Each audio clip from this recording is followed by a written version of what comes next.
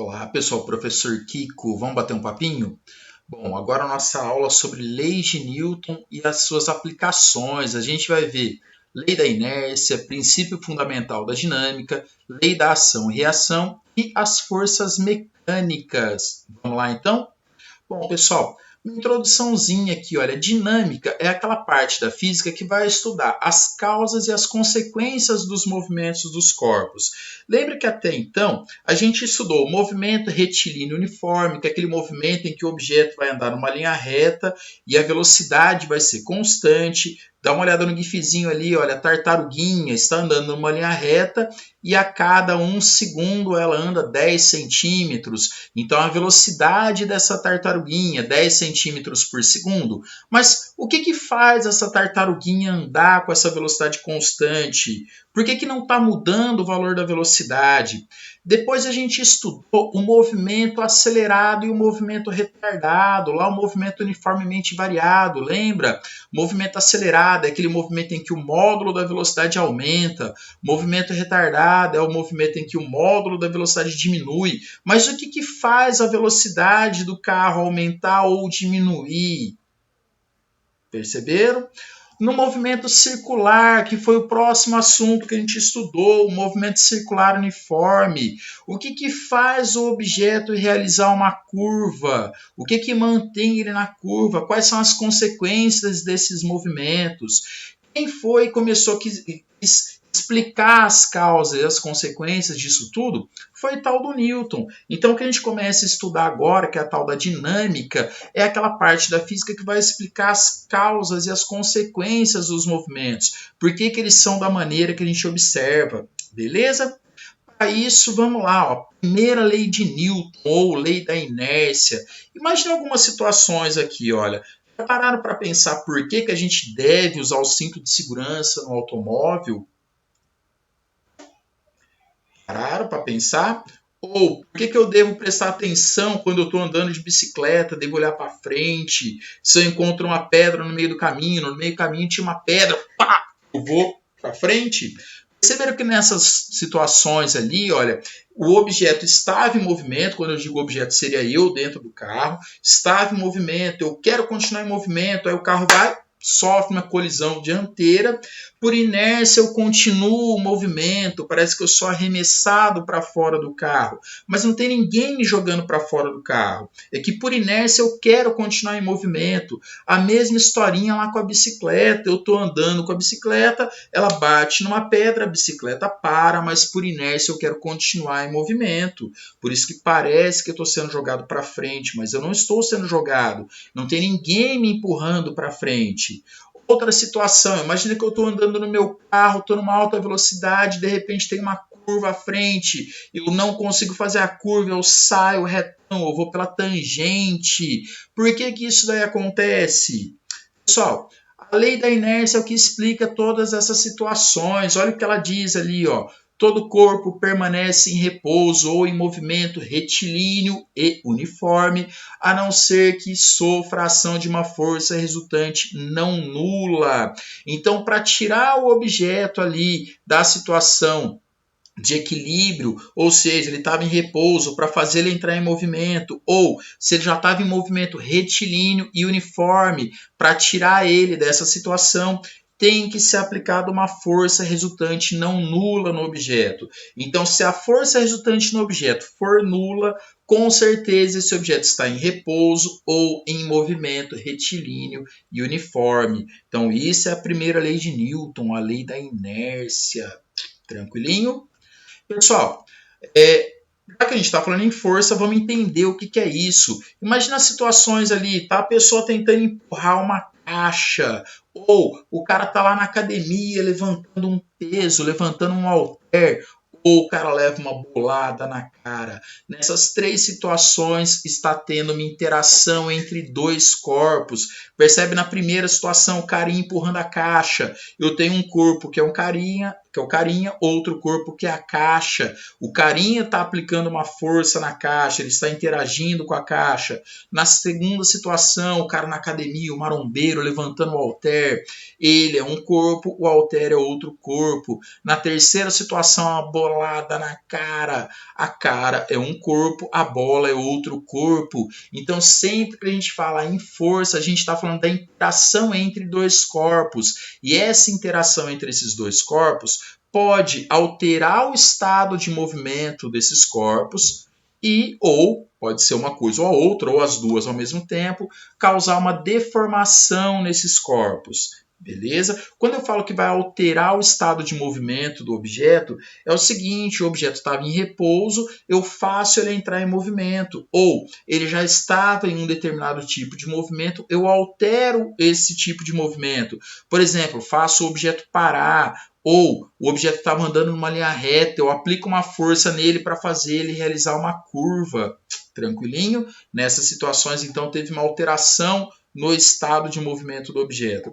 E também pode ter uma deformação, no caso da bola, né? A bola estava no movimento, bate no rosto do jogador, sofre uma deformação e em seguida ela muda o estado de movimento, certo? Lembra também de uma coisa, a força é uma grandeza vetorial. Então, quando a gente fala de força, eu tenho que dar o módulo, que é o valor, a direção e o sentido. Eu tenho que falar para onde que essa força está sendo aplicada. A força resultante é calculada pela soma vetorial de todas as forças que estão agindo no corpo. Então, lembre que eu tenho que fazer uma soma vetorial, hein, pessoal? Tudo aquilo que a gente viu na aulinha sobre vetores ali, soma de vetor, regra do paralelogramo, regra da poligonal, decomposição de vetor, a gente vai usar muito agora, certo? Pessoal, a gente pode classificar a força em duas categorias: força de contato e força de campo. Força de contato seriam aquelas forças que existem quando os objetos estão encostados, teve o contato físico entre os corpos. Força de campo é aquele tipo de força que surge mesmo sem os objetos estarem em contato, mesmo sem os objetos estarem encostados um no outro. Por exemplo, a força ali da bola no rosto do atleta, do jogador, é uma força de contato, teve contato físico entre a bola e o jogador, certo? Agora, quando eu pego um objeto, deixo esse objeto cair, percebe que ele cai porque a terra está puxando ele, a terra não está em contato com ele, mesmo assim ela consegue aplicar essa força no objeto. Então seria uma força de campo. Tranquilinho? Pessoal, segunda lei de Newton, o princípio fundamental da dinâmica. Imagina a situação, olha, tem duas caixas ali, uma caixinha e uma caixona, e a pessoa vai empurrar essas caixas ali, certo? Imagina que a pessoa consiga aplicar a mesma força na caixinha e na caixona. Qual que é mais fácil de você fazer entrar em movimento? A caixinha leve ou a caixona pesada? Tudo a ver com a segunda lei, hein? Princípio fundamental da dinâmica. Diz o seguinte, olha, a variação do movimento de um corpo é diretamente proporcional à força resultante, que eu estou chamando de FR, que nele atua e ocorre na mesma direção e sentido dessa força. Quando a gente fala lá variação do movimento, pessoal, pense em aceleração. Porque lembra, se o objeto está em repouso, para fazer ele entrar em movimento, eu tenho que aplicar uma força resultante não nula. Só que quando esse objeto entra em movimento, muda a velocidade do objeto. A gente já estudou que a aceleração é aquela grandeza que mede a variação da velocidade em relação ao tempo, certo? Matematicamente, a gente escreve isso dessa seguinte forma ali, olha. Força resultante, FR, é igual a massa m vezes a aceleração A. Observa que ali eu tenho o produto de um número escalar por um vetor. Massa é um número escalar, a aceleração é um vetor. A gente já viu nas aulas sobre vetores que quando eu multiplico um número escalar por um vetor, o resultado é um outro vetor. No caso ali, a força resultante. Sempre a multiplicação do número escalar por um vetor vai dar o resultado de um vetor que possui a mesma direção e o mesmo sentido do primeiro vetor. Então ali eu tenho a força resultante sempre vai estar apontando para onde aponta a aceleração, certo? No exemplozinho que eu dei ali, o movimento foi para a direita, então percebe que a aceleração foi para a direita e a força resultante também foi para a direita. Tranquilo?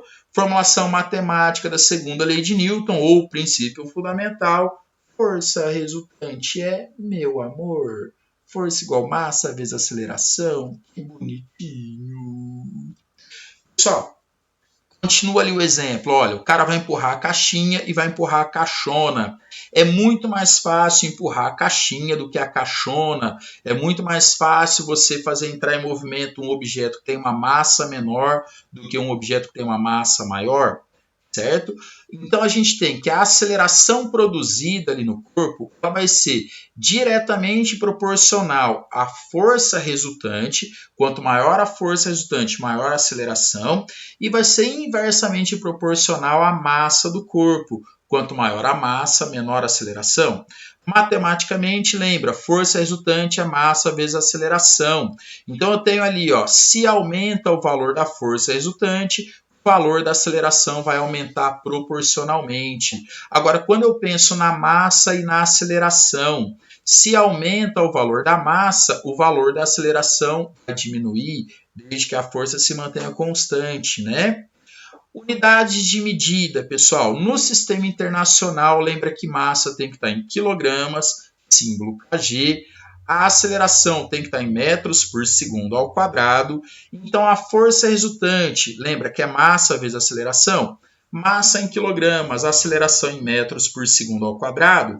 Então, a força resultante vai sair em quilogramas vezes metros por segundo ao quadrado. Só que isso daí é o tal do Newton. Então, quando a gente fala que uma força está sujeita um objeto está sujeito a uma força de 1 newton, isso equivale a dizer que é um objeto de massa 1 kg que possui uma aceleração de 1 metro por segundo ao quadrado, né? Que vai adquirir uma aceleração de 1 metro por segundo ao quadrado.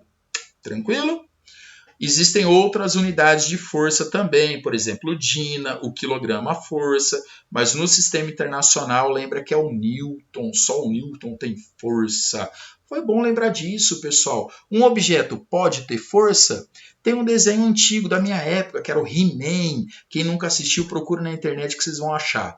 Era um cara que arrancava uma espada das costas e falava: pelos poderes de Grayskull, eu tenho a força! Fisicamente falando, ele estava errado, porque um objeto não tem força. Lembra que força é a interação entre corpos. Então ele tinha que falar: pelos poderes de Grayskull, eu tenho a capacidade de aplicar uma grande força em outro objeto. Ou, pelos poderes de Grayskull, eu tenho a capacidade de interagir com grande intensidade com outro objeto. Nossa, mas aí é perder a graça, né? Então lembra, um corpo nunca tem força, hein, pessoal? Força é a interação entre corpos. Beleza? Pessoal, terceira lei de Newton, lei da ação e reação. Nome infeliz que deram para esse negócio, hein? Imagina a situação aqui, olha. Cabo de guerra, tem o menininho de camiseta azul puxando a corda e o menininho de camiseta verde puxando a corda também. Quando a gente fala da lei da ação e reação, olha, é o seguinte. Um certo corpo A aplica uma força FAB num corpo B, então o corpo B aplica uma força FBA num corpo A. Nossa, que esquisito. Pessoal, imagina um menininho de camiseta azul ali, olha. Ele está puxando a corda para a direita. Então, por reação, a corda puxa ele para a esquerda, certo? O menininho de camiseta verde, ele está puxando a corda para a direita. Então, por reação, opa, o menininho de camiseta verde está puxando a corda para a esquerda. Então, por reação, a corda puxa o menininho de camiseta verde para a direita. Certo? Formou o parzinho ação-reação. Olha o pezinho do menino de camiseta azul. Ele está tentando empurrar o chão à esquerda. Então, por reação, o chão empurra o pezinho dele à direita. Agora, olha o pezinho do menino de camiseta verde. Está tentando empurrar o chão para a direita. Então, por reação, o chão empurra o pezinho dele para a esquerda. Seriam as forças FAB e FBA, tá, pessoal? Essas forças FAB e FBA formam aquilo que a gente chama de par ação e reação. Algumas coisas para a gente observar. Ó. Essas forças FAB e FBA sempre vão possuir o mesmo valor. Então, lá no menininho de camiseta azul, a força que ele puxa a corda para a direita tem o mesmo valor, a mesma intensidade da força que a corda puxa esse menininho para a esquerda. Outra coisa, essas forças FAB e FBA vão possuir a mesma direção, mas sentidos opostos. Dá uma olhada lá no menininho de camiseta verde. Ele puxa a corda para a esquerda, a corda puxa ele para a direita. Percebe que essas duas forças estão na direção horizontal, mas o sentido é contrário. Uma está para a direita, a outra está para a esquerda. Mais uma coisa para a gente observar, ó, essas forças FAB e FBA vão agir simultaneamente, ou seja, ao mesmo tempo. Então, por isso que eu falei que é um nome infeliz, porque quando a gente pensa ação e reação, primeiro vem a ação para depois ter a reação. Mas não é o caso aqui da terceira lei de Newton, hein? As forças ali de ação e reação vão acontecer ao mesmo tempo, simultaneamente. E essas forças também estão aplicadas em corpos diferentes. Então, vê ali, ó, no menininho de camiseta azul, ele puxa a corda para a direita, a corda puxa ele para a esquerda. Então, ele está aplicando uma força na corda e a corda está aplicando uma força nele. Como essas duas forças estão em corpos diferentes, elas nunca vão se anular. Tranquilinho? Pessoal, agora a gente vai para as forças mecânicas, algumas forças que a gente vai estudar aqui, certo? Primeira força aqui, a força peso. Essa força peso é uma força de origem gravitacional entre objetos que possuem massa. Geralmente a gente vai falar que a força peso é a força que a Terra aplica em um objeto que tem uma certa massa quando esse objeto está ao redor da Terra, numa região que tem o campo gravitacional. Então dá uma olhada lá no desenho, ó, tá? A imagem da Terra. Ao redor da Terra, a gente vai ter o campo gravitacional. Se eu pegar um objeto que possui massa e colocar nesse campo gravitacional, colocar nessa região, esse objeto vai ser atraído para o centro da Terra. Essa força que está aparecendo no objeto, que puxa ele para o centro da Terra, é a força peso. Lembra que toda força é uma grandeza vetorial. A força peso sempre vai ter a direção vertical no sentido para baixo do lugar que o objeto tiver. Dá uma olhada no último desenho ali, para cada uma daquelas 4 posições, para o observador ali, para o cidadão que tiver, a força peso sempre vai estar apontando na vertical para baixo, para o centro da Terra. Tranquilo? Pessoal, a força peso é calculada pelo produto entre a massa do objeto e a aceleração da gravidade. Lembra a segunda lei de Newton? Força igual massa vezes aceleração. Então, quando eu pego um certo objeto que tem uma massa m, coloco ele num lugar que tem um campo gravitacional gzinho, a força peso vai ser calculada pela massa vezes a aceleração da gravidade gzinho. Como a aceleração da gravidade sempre está apontando para o centro do planeta, a força peso também vai estar apontando para o centro do planeta. Para calcular o módulo da força peso, é só eu pegar a massa e multiplicar pelo módulo da aceleração da gravidade. Então, lembra, força peso é o professor muito gordo. Fazer o quê, né? Professor muito gordo. Força peso. Paciência. Pessoal, algumas observações. Olha, unidade de medida. Força sempre tem que estar em Newton. Só que para a força estar em Newton no sistema internacional, né, a massa tem que estar em quilogramas, a aceleração metros por segundo ao quadrado, e aí o quilograma vezes metro por segundo ao quadrado é o tal do Newton. A terceira lei de Newton, lembra ação e reação? Quando eu olho esse desenho ali, olha, a cada uma dessas 3 posições de um objeto, percebe que a força peso, que é a força que a Terra aplica no objeto, está puxando o objeto para o centro da Terra. Mas por reação, o objeto vai puxar a Terra para ele também. Aí quando eu penso aqui no caso da caneta, quando eu solto a caneta cai. Aí você pode falar, ah, mentira, a força que a Terra puxa a caneta para baixo não é igual à força que a caneta puxa a Terra para cima, porque eu vejo a caneta cair e não vejo a Terra subir. É verdade. Lembra da segunda lei de Newton? Força igual massa vezes aceleração. Quanto maior a massa, menor o valor da aceleração. Como a massa da caneta é muito menor que a massa da Terra, a aceleração que a caneta vai estar sujeita é muito maior que a aceleração que a Terra vai estar sujeita. É por isso que a gente vê a caneta descer e não a Terra subir. Tranquilinho? Pessoal, a massa de um corpo é uma grandeza escalar, então não tem direção e sentido, é só dar o valor e a unidade de medida, e o valor não depende do lugar que esse corpo vai estar, é uma constante que depende do corpo. Agora, a força-peso, lembra que é uma grandeza vetorial, tem que dar módulo, direção e sentido. Além disso, o valor da força-peso depende do lugar que o objeto vai estar, porque depende da aceleração da gravidade. Por exemplo, na superfície da Terra, a aceleração da gravidade é aproximadamente 10 metros por segundo ao quadrado. Já na superfície da Lua, a aceleração da gravidade é mais ou menos 1,7 metros por segundo ao quadrado, aproximadamente 6 vezes menor do que na Terra. É por isso que quando o astronauta vai andar na Lua, ele parece que está flutuando, ele dá aqueles pulinhos, porque a força que a Lua está puxando ele para o seu centro é menor do que aqui na Terra. Mas cuidado, hein? Lá na Lua ele tem peso sim, peso bem menor do que na Terra, mas tem. Tranquilo? Pessoal, um exemplo aqui, olha. Para saber qual será o peso de uma pessoa de 70 quilogramas quando ele estiver na superfície da Terra, onde a aceleração da gravidade é aproximadamente 10 metros por segundo ao quadrado, e o peso dessa pessoa na superfície da Lua, onde a aceleração da gravidade é aproximadamente 1,7 metros por segundo ao quadrado.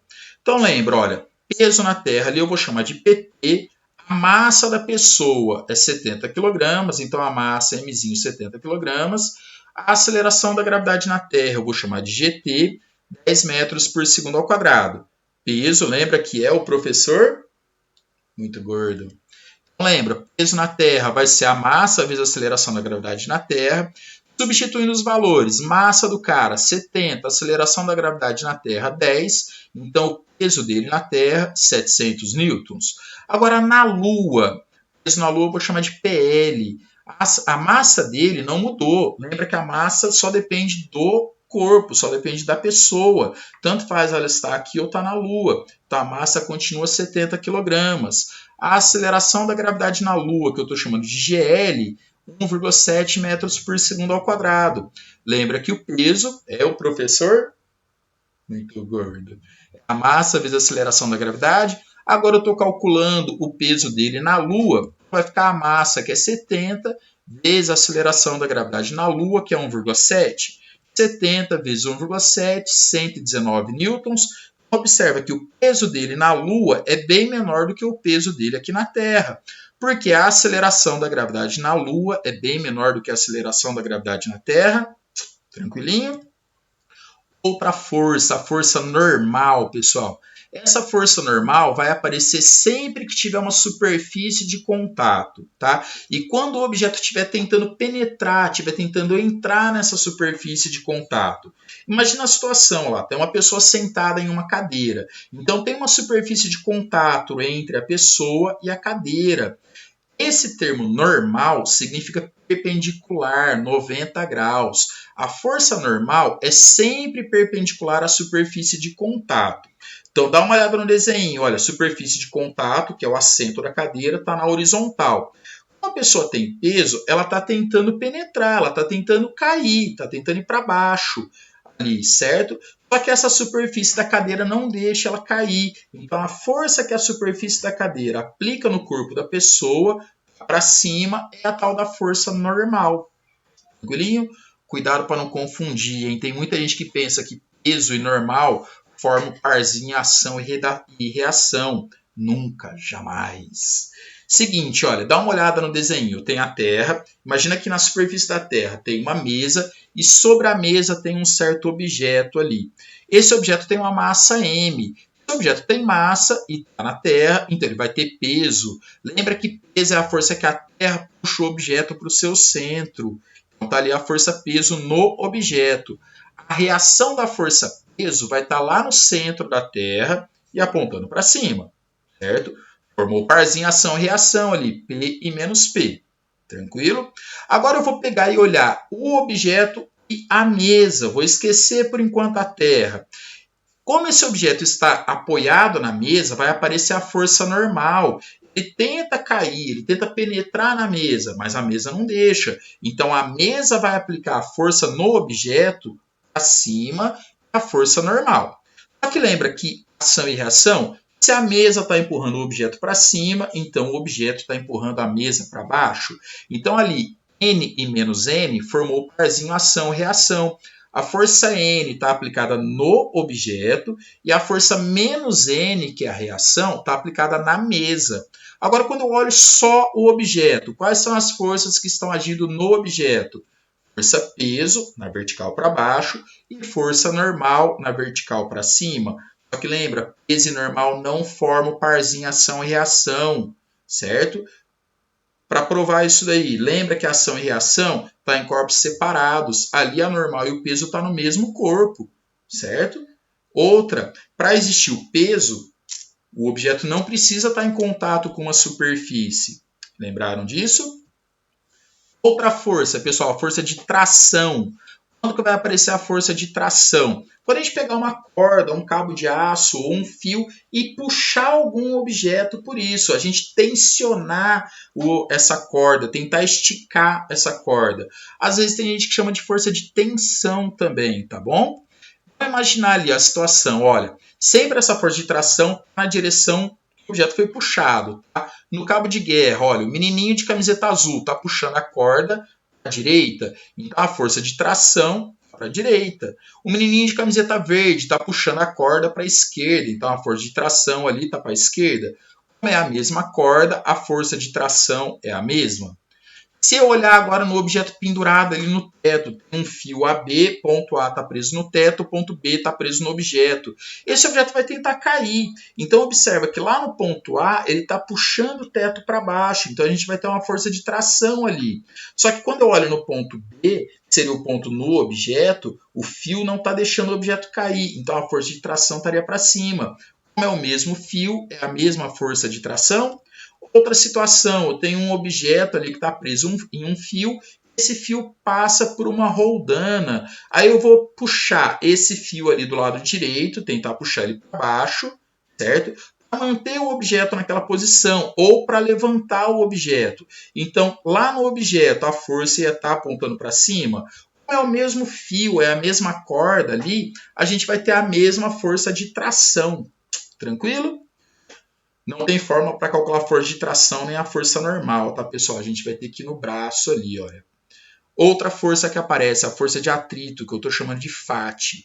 Essa força de atrito vai aparecer sempre que tiver um deslizamento ou uma tentativa de deslizamento entre duas superfícies, certo? Imagina a situação, olha, o tiozinho está tentando empurrar aquela caixa para a direita. A força de atrito é sempre contrária ao deslizamento, ou contrária à tentativa de deslizamento.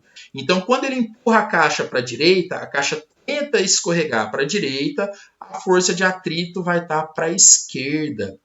Essa força de atrito vai aparecer por conta das várias irregularidades que a gente tem entre as superfícies. Por mais lisas que elas pareçam, se eu conseguisse olhar ali com uma super lupa, eu ia ver que elas são todas irregulares, certo?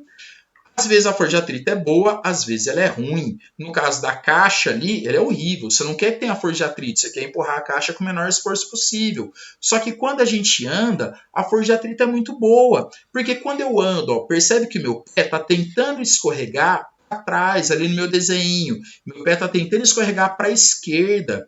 Aí a força de atrito no meu pé vai estar para a direita. Então é essa força de atrito que faz a gente andar. Tentar andar num chão cheio de água com sabão, a gente escorrega, a gente fica patinando, né? Porque a força de atrito ali vai ser pequena. Tranquilo? Pessoal, a gente tem dois tipos de atrito, o atrito estático e o atrito dinâmico. Esse atrito estático é quando o objeto está parado, quando ele ainda não está deslizando, quando ele não está escorregando. O atrito dinâmico ou o atrito cinético é quando já tem o deslizamento, quando está escorregando. Tranquilo? Vamos imaginar a situação ali, olha. Tem o tiozinho tentando empurrar a caixa para a direita. Aí ele aplica uma força F ali para a direita, a caixa ainda não está escorregando, vai ter a força de atrito para a esquerda. Eu chamei ali de um FAT E, essa força de atrito, porque é o atrito estático, a caixa ainda está parada. Como a caixa está parada, a força resultante ali é zero. Então, o valor da força de atrito estático tem que ser igual ao valor daquela força F aplicada pelo cidadão ali. Aí ele aumenta o valor da força aplicada na caixa. Percebe que o valor da força de atrito estático também aumentou. A caixa ainda não entrou em movimento, ela ainda está em repouso. Então, a força resultante continua valendo zero. A força de atrito estático tem o mesmo valor daquela força F ali. Percebe que ele aumentou o valor da força aplicada, o valor da força de atrito estático também aumentou. Aí o cara vai lá e aplica uma força maior ainda, mas a caixa ainda continua em repouso, continua paradinha. Então, a força resultante continua valendo zero.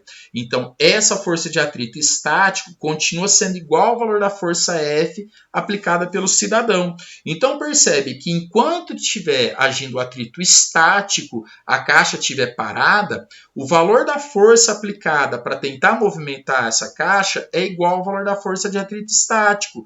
Então, vai aumentando o valor da força aplicada, vai aumentando o valor da força de atrito também, até chegar num valor máximo, que é o atrito estático máximo, e a caixa começa a entrar em movimento. Então, nessa primeira parte ali, o gráfico que vai mostrar o valor da força de atrito em função da força aplicada vai ser aquela retinha inclinada. Percebe que vai aumentando o valor da força aplicada, vai aumentando o valor da força de atrito também, até chegar um momento em que a caixa entra em movimento, ela começa a deslizar, começa a escorregar, e nesse momento já vai agir o atrito cinético ou o atrito dinâmico. Eu estou chamando ali de FAT-C, que é o atrito cinético. Tranquilo? Essa força de atrito cinético ela é constante. Eu posso aumentar o valor da força que está sendo aplicada, mas o valor da força de atrito cinético não vai mudar, certo? Então é aquela segunda parte ali do gráfico. Percebe que vai aumentando o valor da força F aplicada, mas o valor da força de atrito ali na vertical não mudou, certo? Ali já está escorregando, tranquilo? Quando a gente anda, qual atrito está agindo no nosso pé? O atrito estático ou o atrito cinético? Nosso pé fica derrapando, a gente fica deslizando? Não, né? Então é o atrito estático, a mesma coisa no pneu do carro, quando a roda está girando. Se o carro não estiver derrapando, é o atrito estático que está agindo. Sempre o atrito estático é maior que o atrito cinético, tá bom? É mais difícil você fazer o objeto entrar em movimento, ele começar a escorregar, do que manter o movimento. Pessoal, para calcular o valor da força de atrito estático, aquela formulinha ali, ó, FAT-E é igual μE vezes N. Aquela letrinha grega ali que eu falei, μE, parece um U com uma perninha a mais, é o tal do coeficiente de atrito estático. FAT-E é a força de atrito estático, N é a força normal.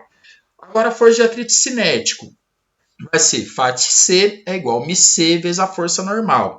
Percebe, ó, aquele FAT-E é o módulo da força de atrito estático, μE é o coeficiente de atrito estático, N é o módulo da força normal, o FAT-C é o módulo da força de atrito cinético, o μC é o coeficiente de atrito cinético. Tudo bem? Pessoal, sempre o coeficiente de atrito estático é maior ou igual ao coeficiente de atrito cinético, mas ele tende a sempre ser maior. Lembra que é mais difícil você fazer o objeto começar a escorregar do que manter o deslizamento. Tranquilo? Então, a força de atrito estático é maior que a força de atrito cinético. Lembra da força de atrito é a Fátima me namora. Tranquilo? Pessoal, última força mecânica que a gente vai estudar, a força elástica. Essa força elástica vai aparecer quando uma mola ou quando um elástico é deformado. Dá uma olhada no gifzinho ali, olha. Eu tenho uma mola que estava numa posição de equilíbrio, x igual a zero. Aí eu deformei essa mola, eu estiquei a mola até uma posição x igual a A. Percebe que ela vai descer, depois ela vai começar a subir até chegar numa posição x igual a menos A. Do x igual a zero até o x igual a A, a mola foi esticada, ela aumentou o tamanho. Do x igual a zero até o x igual a menos A, ela foi comprimida. Só que a mola não quer ser esticada nem quer ser comprimida. A força elástica é sempre uma força restauradora. Ela sempre vai estar apontando para aquele x igual a zero, para a posição de equilíbrio da mola. Tranquilo? Um tiozinho que não tinha muita coisa para fazer da vida começou a analisar as molas deformadas e a força elástica.